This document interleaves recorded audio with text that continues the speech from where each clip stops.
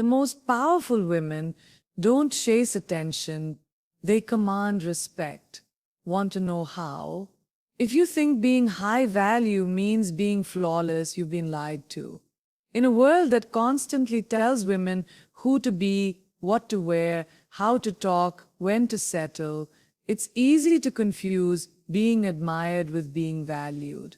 But admiration is fleeting.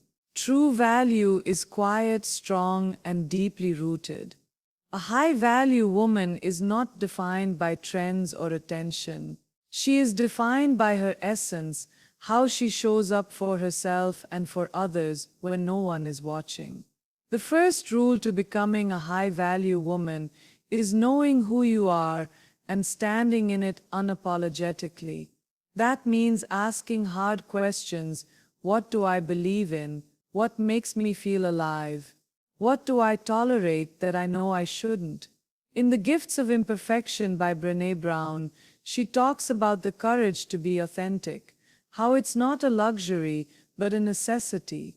High-value women don't perform for approval. They act in alignment with their truth, and that alignment is magnetic. True value as a woman is cultivated through self-awareness, boundaries, and purpose, not external validation. This idea may sound simple, but it carries deep truth. So many of us are taught to look outward for our worth.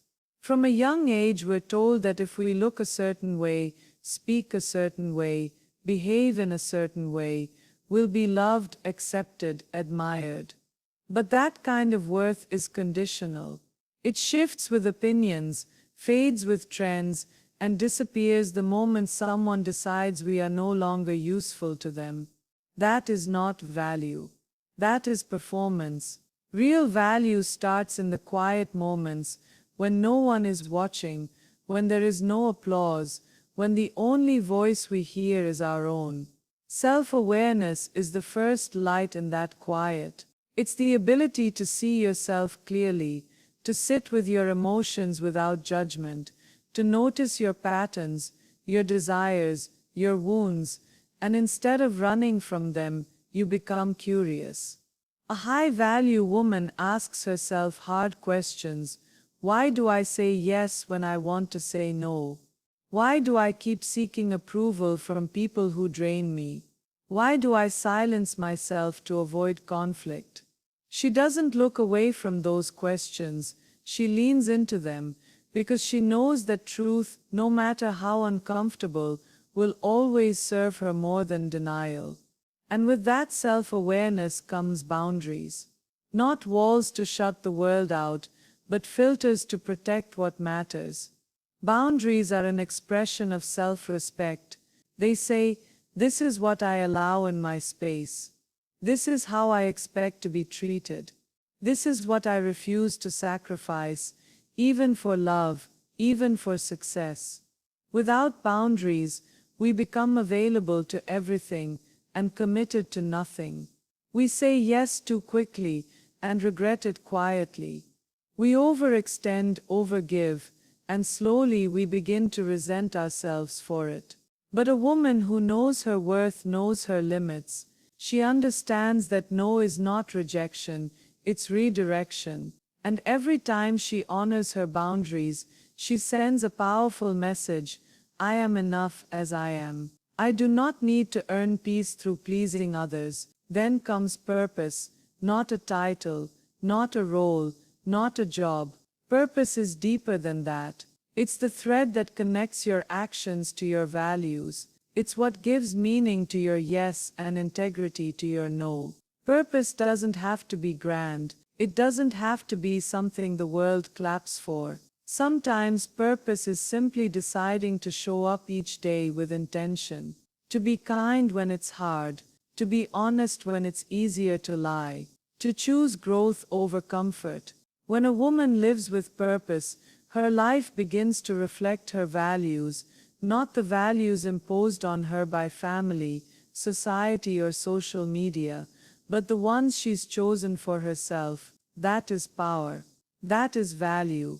So when we say that true value isn't found in validation, We're not rejecting compliments or love or success. We're simply saying that those things can't be the source of our worth. They can celebrate it, but they cannot define it. Because the moment we allow others to define our value, we also give them the power to take it away. A high-value woman knows her worth, not because someone told her, but because she did the work to uncover it. She sat with herself in silence. She made peace with her flaws. She forgave herself for shrinking, and she stood up a little taller every time she remembered who she was. That's not just value. That's freedom. Emotional intelligence and self-respect are more attractive than perfection. This truth is easy to overlook in a world that constantly rewards appearances, polish and performative success. We are often taught, subtly or directly, that to be desirable, to be chosen, we must always be composed, agreeable, beautiful, and unbothered. We are told to smile even when we're tired, to say I'm fine when we're not, to fit into spaces that were never designed to hold our truth. But there is something far more powerful than pretending to have it all together. Emotional intelligence and self-respect are what make a woman magnetic, even if she isn't perfect, especially when she isn't. Emotional intelligence is not about suppressing feelings or hiding weakness. It's about understanding your emotions, naming them, managing them, and responding to others with awareness rather than reactivity. It's the ability to pause before you speak, to listen not just to respond, but to understand.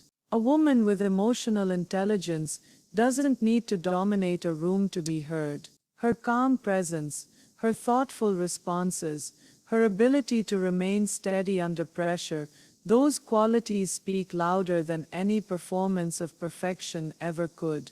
People feel safe around her. They feel seen, not judged.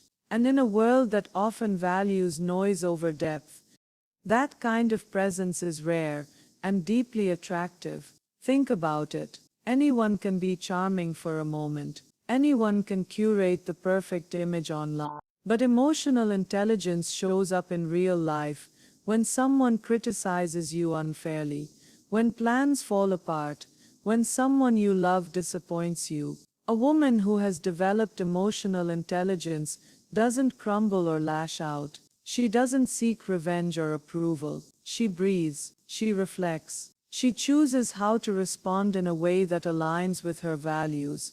That's not weakness. That's strength. And that strength creates trust. It shows that she is not ruled by emotion, but guided by awareness. That doesn't mean she doesn't feel deeply. In fact, she probably feels more than most, but she has learned to befriend those feelings, not be owned by them. Alongside emotional intelligence is self-respect, and the two are closely linked. Self-respect means you hold yourself to a standard, not out of arrogance, but out of love. It means you know what you will and won't accept, from yourself and from others. It means you walk away when something costs you your peace. It means you speak up when your voice shakes. A woman with self-respect is not aggressive or cold. She is clear. She doesn't beg for love or cling to what drains her. She doesn't chase anyone. Why? Because she knows what she brings to the table. She knows that her time, her energy, her love, those are privileges, not things to be earned through performance or pain. In relationships, self-respect is not about keeping walls up. It's about knowing the difference between compromise and self-abandonment. It's about giving without losing yourself. A woman with self-respect doesn't stay in places that shrink her just because she's afraid to start over. She chooses discomfort over disrespect. She'd rather be alone in peace than surrounded in chaos. And because of that, the love she gives is not based on fear or desperation. It's a conscious, empowered choice. That kind of love is not only rare, it's irresistible. We've been conditioned to believe that perfection is the goal, that if we can just fix all our flaws, never make mistakes, say the right things, be easy to love, and hard to leave, then we'll finally be worthy. But perfection is exhausting. And worse, it's an illusion. No one is perfect. No one is immune to insecurity, anger, sadness, or failure. What separates a high-value woman is not that she's flawless, it's that she knows herself. She owns her story, even the parts she used to hide. She doesn't try to impress everyone. She doesn't have to. Her value is not found in being liked by all, but in being authentic with those who matter. There's a certain peace that radiates from a woman who accepts herself. She isn't trying to control every impression, every outcome.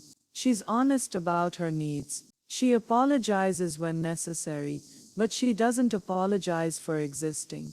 She doesn't pretend to be perfect because she's too busy being real.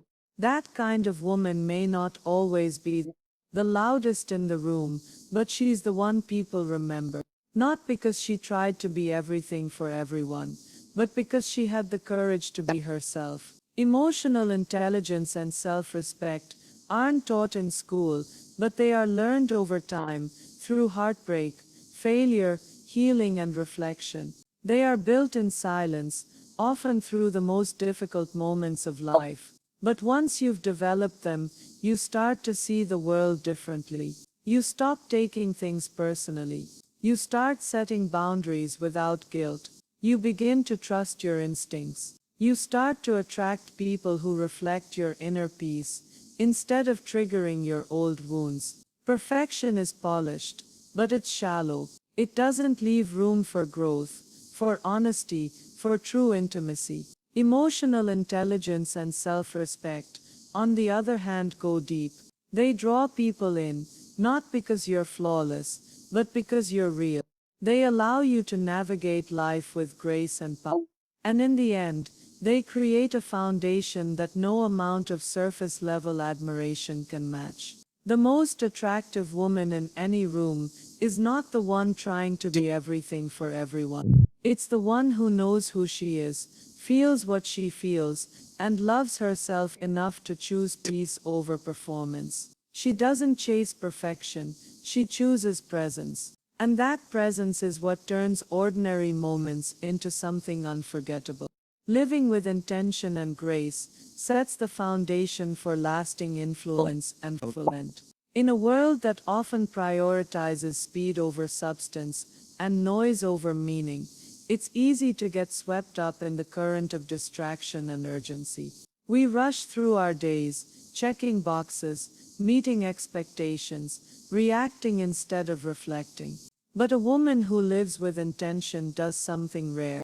She pauses. She chooses. She doesn't let the world decide for her. She moves with purpose, not pressure. And that conscious choice, that inner clarity, becomes the foundation of a life that is not just impressive on the outside, but deeply satisfying within. To live with intention means to ask yourself regularly, why am I doing this? Who is this for? Does this align with the woman I want to be? It's a willingness to live by design, rather than default. So many people go through life on autopilot, repeating habits, maintaining relationships, chasing goals they never truly chose. Intention breaks that cycle. It says I get to decide what matters. I get to define success for myself. It doesn't mean you have everything figured out. It simply means that you're awake to your life. You're paying attention. You're making decisions that reflect your values, not your fears. Grace is what allows you to live that intention without becoming rigid, harsh, or self-critical. Because the truth is, you will mess up. You will forget your purpose sometimes. You'll fall into old patterns, say things you regret, feel overwhelmed. Grace is what steps in when perfection falls. It says you are still worthy. You are still growing. You can begin again, as many times as you need to. Grace is the softness that balances the structure of intention. It allows you to hold yourself accountable, while also being gentle with your humanity. When a woman lives with intention and grace, She carries herself differently. She doesn't chase validation or run from discomfort. She understands that everything she does, from how she speaks to how she spends her time, is a reflection of her inner world. She chooses her words carefully, not to manipulate or impress, but because she respects her voice and the impact it carries. She's not just reacting to life, she's responding to it with thought. She doesn't just fill her schedule, she fills her soul. Living intentionally also means being mindful of your environment, who you surround yourself with, what you consume, how you show up in relationships. It's about setting boundaries not to keep people out, but to protect the peace and purpose you've worked so hard to cultivate. It's knowing that you don't have to say yes to everything.